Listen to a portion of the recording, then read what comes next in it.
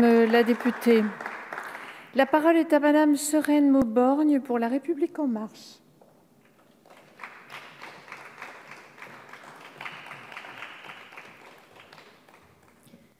Merci Madame la Présidente, Madame la Ministre, Madame la Rapporteure, Madame la Présidente de la Commission des Lois et chers collègues. À compter de 2010, l'insécurité visant les personnels de sécurité eux-mêmes s'est imposée comme une réalité indéniable, sans qu'il soit besoin ici d'insister sur les épisodes choquants que chacun a en mémoire. Le législateur a pris acte de cette évolution en créant progressivement des régimes particuliers d'emploi des caméras individuelles pour les agents de la police nationale et les militaires de la gendarmerie nationale d'abord, de manière pérenne après une expérimentation mise en œuvre dès 2013.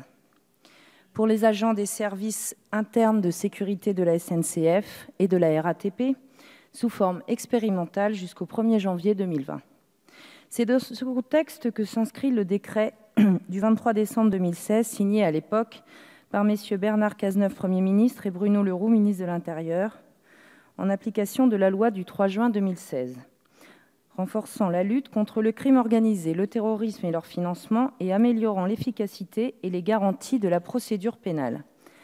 Ce décret étant très attendu par l'ensemble des policiers municipaux que je remercie ici, et pour cause, amenés à jouer un rôle de plus en plus important dans la production de sécurité aux côtés des forces de police et de gendarmerie, ce régime juridique spécifique les habilitait pour la première fois à expérimenter l'usage de caméras individuelles jusqu'au 3 juin dernier.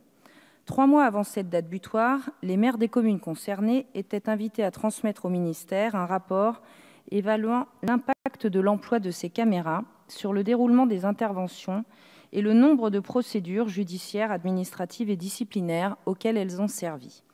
Ces remontées d'informations ont alimenté un bilan global très positif, déterminant à la fois pour le ministère de l'Intérieur et pour le Parlement, amené à se prononcer de manière éclairée sur la pérennisation d'un dispositif qui aura concerné durant plus d'1 an et demi 391 communes et 2325 caméras individuelles. Or, le propre d'une expérimentation, c'est qu'elle nécessite analyse des données et avis conforme de la CNIL. Et s'il faut légiférer vite, il faut légiférer bien, chers collègues, Madame Lacroute. Point très important à nos yeux, la CNIL a donc validé l'intégralité des dispositifs portés par la présente proposition de loi initiée par nos collègues sénateurs. Je voudrais insister sur un point que nous pouvons entendre ça et là. Habiliter les agents de police municipale à porter et utiliser des caméras individuelles n'est pas une réponse à une lubie ou à un désir inavoué d'orwelliser la société. Relevons à ce propos que les caméras obligent les agents qui les portent à une certaine conduite, puisque l'éventuel enregistrement est à même d'apporter des indices et des éléments de preuve pour condamner ou non un comportement répréhensible de part et d'autre. La caméra individuelle n'est pas non plus un gadget. Elle contribue indubitablement à une amélioration des relations de proximité entre les forces de sécurité et les citoyens, dans le sens où elle se révèle dissuasive avant et pendant l'intervention, du simple fait qu'elle soit visible sans qu'il soit besoin d'enclencher l'enregistrement. Cependant, si la situation venait à se crisper ou à dégénérer, la captation opérée par la caméra sera déterminante pour les besoins d'une procédure judiciaire, administrative ou disciplinaire. 19 communes dans le département du Var ont expérimenté le dispositif.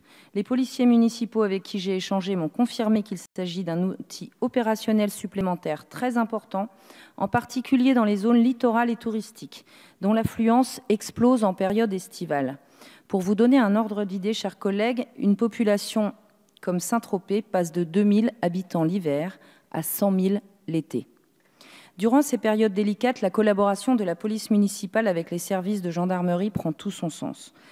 Pour l'ensemble de ces raisons, nous considérons que la pérennisation de l'habilitation des policiers municipaux à faire usage des caméras individuelles constitue une décision responsable, bienvenue, utile et qui s'inscrit pleinement dans le lancement de la police de sécurité du quotidien.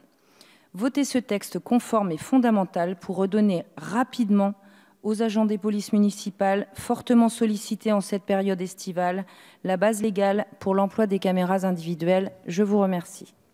Merci, Madame la députée.